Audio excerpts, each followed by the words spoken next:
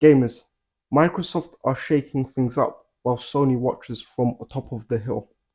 Let's do this.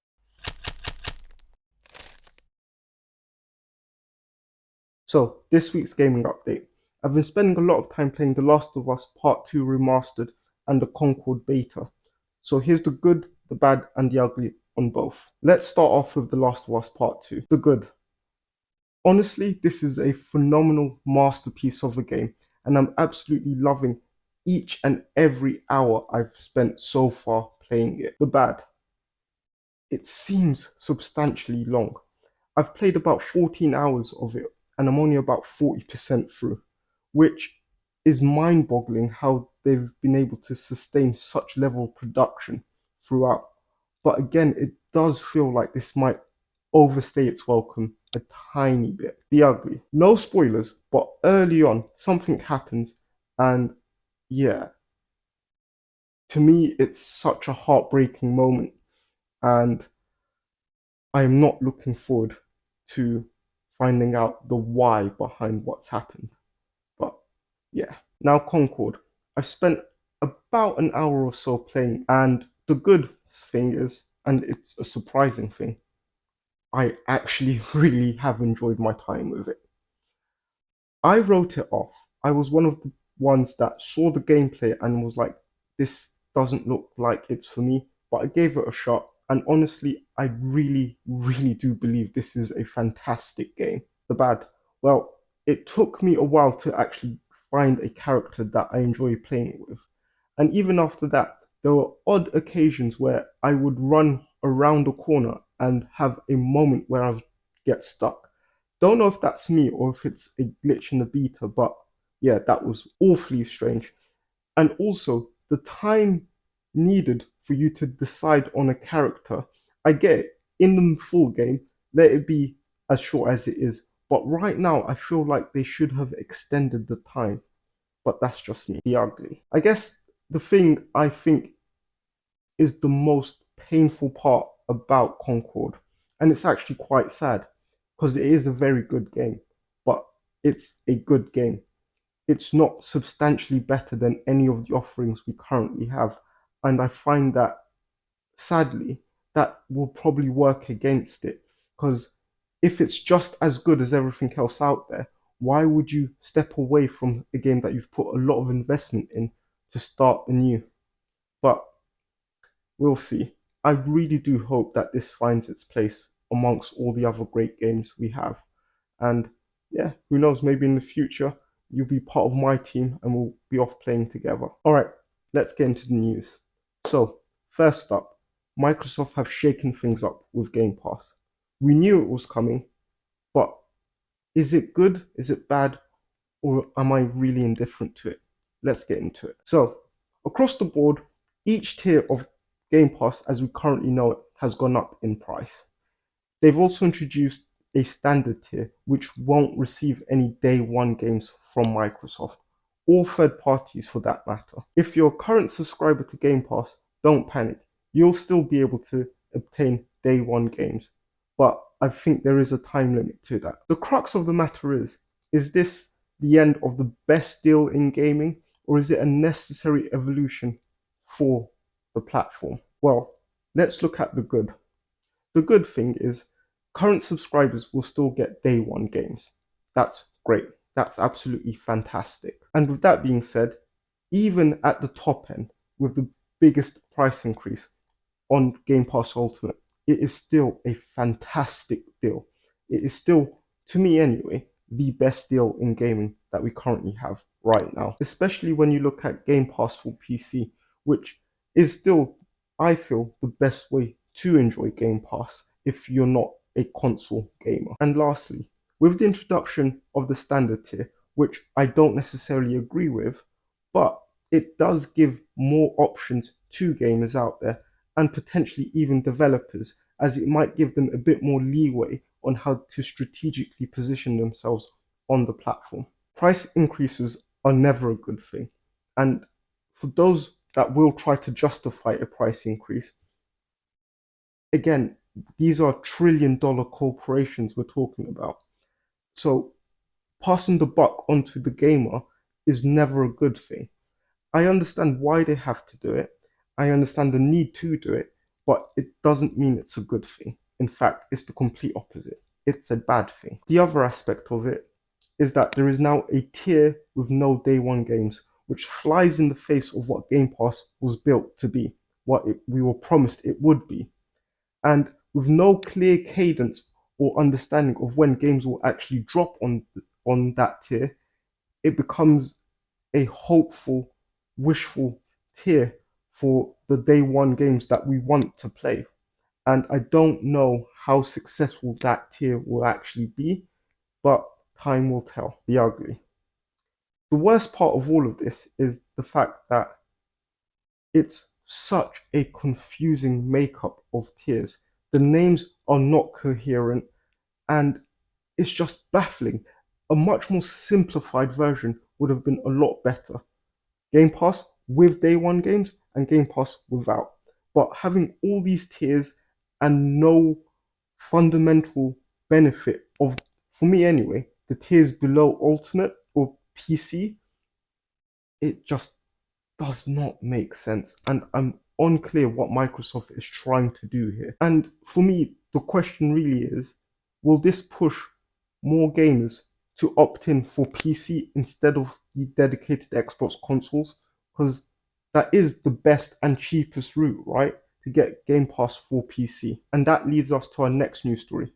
Play Xbox without an Xbox. An ad promoting playing Xbox games on an Amazon Fire Stick has stated that you don't need an Xbox to play Xbox. To me, this is an odd one because, again, this is not the best way to play Xbox games. And yes, it is the future, but it's not the future a lot of us gamers want.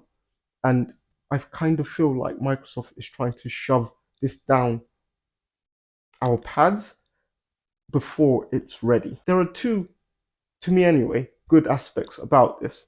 The first is that it will expand the Xbox user base, potentially anyway, though I wouldn't recommend anyone pick this as their primary way to play Xbox games. The second, and I've always said this, more options is better than less options, and this is a fundamental great way to get into the Xbox ecosystem at an introductory level.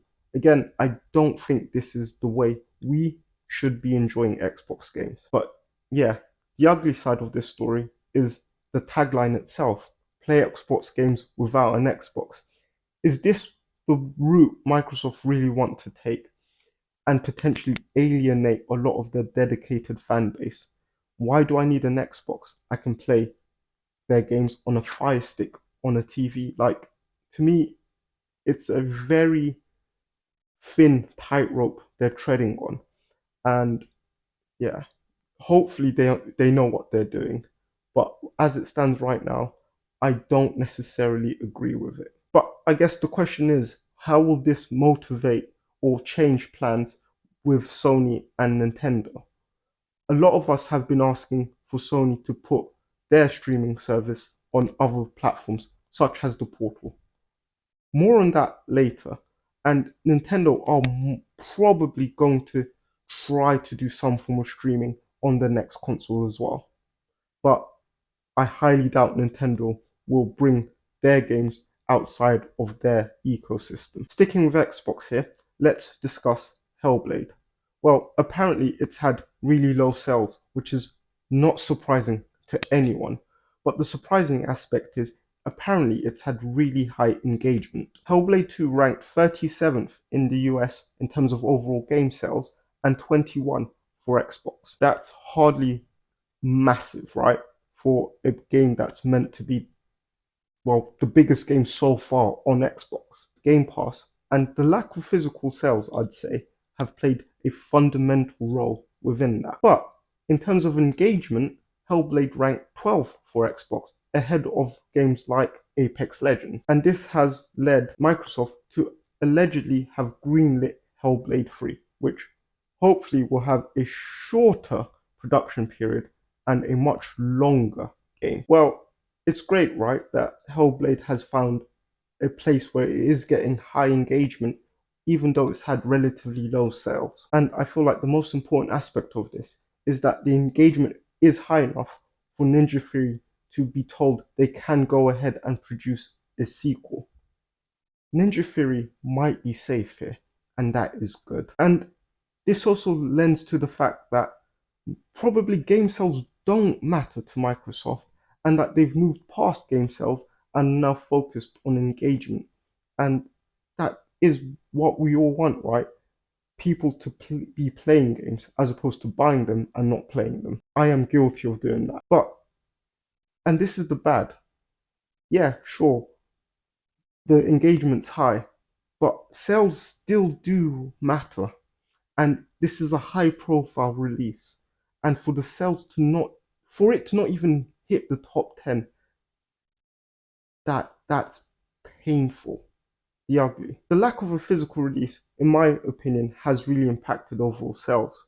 But if engagement is what Microsoft is after, I do think that Microsoft will accelerate towards just having digital releases and completely abandon the physical media, which will be a very sad day when it inevitably happens. But that begs the question, what is the long-term consequence of prioritizing engagement ahead of sales?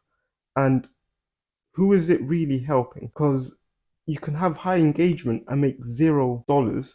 And is that a good thing? Of course not. Next news story, really strange one. Sony pushed Power World, but not to PlayStation. So a new venture between Pocket Pair, Aniplex, and Sony Entertainment Japan has come together and developed Power World Entertainment. The venture will push Power World outside of gaming and try to expand the IP beyond the 25 million gamers that have graced the Power World. The good thing about this is that it clearly shows that this IP has legs and will hopefully be here to stay in the long term. More games for more gamers, right? The bad and most probably oddest part of this, right, is that the game is still not available on PlayStation, which to me is ludicrous, but it's the gaming world we're in. Honestly, there is nothing truly ugly about this news. Just the oddity that it's still not available on PlayStation. But that begs the question, with Sony helping to push the IP, will it ever come to PlayStation? I suspect it will, but in what capacity? I really hope that with this joint venture, Sony has struck a deal to bring the game to PlayStation Plus. Time for some PlayStation news. So, first up, this is a pretty big one. PS5 is the gaming king on the hill. And by that, the news here is that of the top 20 video games in 2024, PS5 is the only console that you can play every single one of them. Not only that, Helldivers 2, a PlayStation exclusive, is the best-selling game of 2024 so far. Call of Duty is right round the corner. I suspect that Call of Duty will end up being the best-selling game of 2024, but Helldivers will give it a run for its money. But on top of all of that, 4 of the top 20 are PlayStation games. And though Helldivers 2 is the best selling, the most played is, surprise, surprise, Fortnite. The good aspect of this is that it shows how versatile the PS5 is, and that there is truly something for everyone on this console. And this is probably why I feel it's become the default console for the mainstream. But on top of that, it shows how good Sony's first party games are, and hopefully they will start to get stiff competition from Xbox. And that brings me on to the bad. This just shows that there is a lack of diversity within the gaming platforms out there, Nintendo not included. And this raises the concern of a lack of competition within the console market, right? If all the best games are available on one console, why do you need the other? And that brings me on to the ugly part of this news, and that is, where on earth have the Xbox exclusives ranked if they're not in the top 20? We could also pick on Nintendo here, but Nintendo are focused on the next console, And my assumption is when that launches, it's going to have a plethora of fantastic video games to go with it. But with, as mentioned before, Microsoft focusing on engagement, and I believe Sony starting to steer their head that way as well, the most played video game on the PS5 is still a free-to-play game, and that might start to concern Sony as well as Microsoft. Sticking with the PlayStation and the theme of it being King on the Hill, it was the #1 best-selling console, with Ghost of Tsushima also being the #1 best-selling video game in May, thanks to the release of the game on the PC. This news comes to light with the fact that the video games market was down year on year 6%, just under $4 billion. So I wouldn't be too concerned about that. With Ghost of Tsushima topping the list, followed by Paper Mario Thousand Year Door. I've never played that, so let me know if I should try that. What might surprise you, and we will cover this, but the PlayStation Portal was the best-selling accessory. I love that thing. And as mentioned before, Helldivers 2 is still far and away the best-selling game so far of 2024.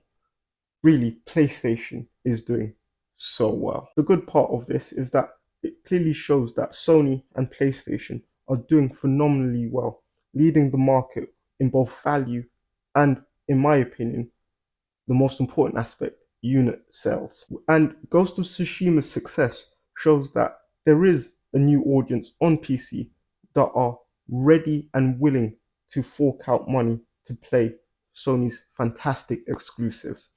And this will probably lead to a day and date release on both PS5 and PC. The bad aspect, and though I don't think it's a concerning one, is that the video game market overall is down 6%, with console sales down 40%. And if I'm being honest, that is probably led by saturation with Nintendo and just Xbox telling their potential customers that you don't need an Xbox to play Xbox games. And yeah, that leads me to the ugly side of it, is that the Xbox Series consoles are trailing behind both the Xbox One and the Xbox 360, which, yeah, that's not good. And I really do hope with the new games and stuff coming out that that changes very quickly for them. But it might be too little, too late. And that brings the question, how will these companies try to combat this decline? And the most obvious answer usually is to just bring prices up. And that is something I am really against, because this is already an expensive hobby and it doesn't need to get even more expensive. So, yeah, let's hope that they continue to produce great games and gamers will just naturally go out and buy them. Next up, the PlayStation Portal, this beautiful piece of magic right here, is a winner. It is the best-selling games accessory in May 2024. But furthermore, it is the best-selling video games accessory of the year so far. And I can't think of anything that is probably going to eclipse this. This is crazy, right? A lot of people wrote this off. I'm pretty sure even Sony probably thought that this wasn't going to hit the way it did. But it's hit, and it's hit hard. And the good part of this is that this might actually show Sony that there is a market and demand for a dedicated PlayStation handheld, a PSP 2 or a Vita 2, if you will. But for me personally, this might give a bigger voice to those of us that want Sony to allow the PS streaming to happen natively and directly on the portal. And that leads me to the bad side of things. There is still no PS streaming on the portal, a device literally built to just stream games. And don't get me started on the lack of Bluetooth, because I can go on for years about it. But the ugly side of it all is that even though they've updated the Wi-Fi situation, it is still so awful, like so bad. And there are more people out there that are going to experience how bad it is. But that might be a good thing, right? It might make Sony actually fix up and deliver a usable public Wi-Fi solution. But outside of that, I'm not sure how they could really improve the current portal. Because at the end of the day, it does what it does and it does it very well. But that could also mean that Sony should probably go out and try to do a dedicated device. And hopefully they will find better success with it than they have done in the past. Now, we've spoken about the best-selling video game of 2024, but there is some sad news to its success. It has lost almost 97% of its peak user count. That's nuts. On July 9th, just under 13,000 people were playing the game on Steam. That's a massive drop from roughly 460,000 gamers playing it during its peak. Now, Arrowhead and PlayStation don't seem too concerned as there are updates coming. But will those updates entice games to come back? I don't know. The good thing is that it is a fantastic game, and 460,000 peak plays is nothing to be upset about, right? That is a huge number. And that gives confidence that if they can hit with better and more enjoyable updates in the future, the gamers will come back because they have the game. And the game is still outpacing a lot of notable titles, right? So it's not as if it's doing terribly, it's just not doing as good as it was during its peak, which we all know that that was unsustainable, right? But that being said, a loss of 97% of your gaming base is also quite bad and quite concerning. And I'm pretty sure a Call of Duty game does not drop by that much in year. I mean, it's 44th in the Steam charts from number 1 to 44th. That's not bad, but it's not great either, is it? And the worrying part is it is far below some of the best, most engaged games out there. And with Sony pushing something like Concord, are they just cannibalizing their user base here?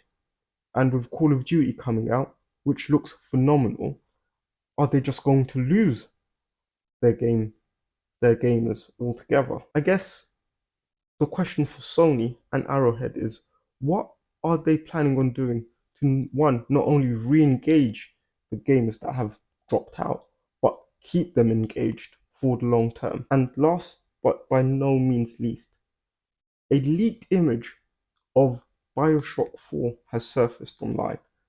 I'm not going to show it for obvious reasons, but yeah, it looks really, really good. And I've actually never played Bioshock.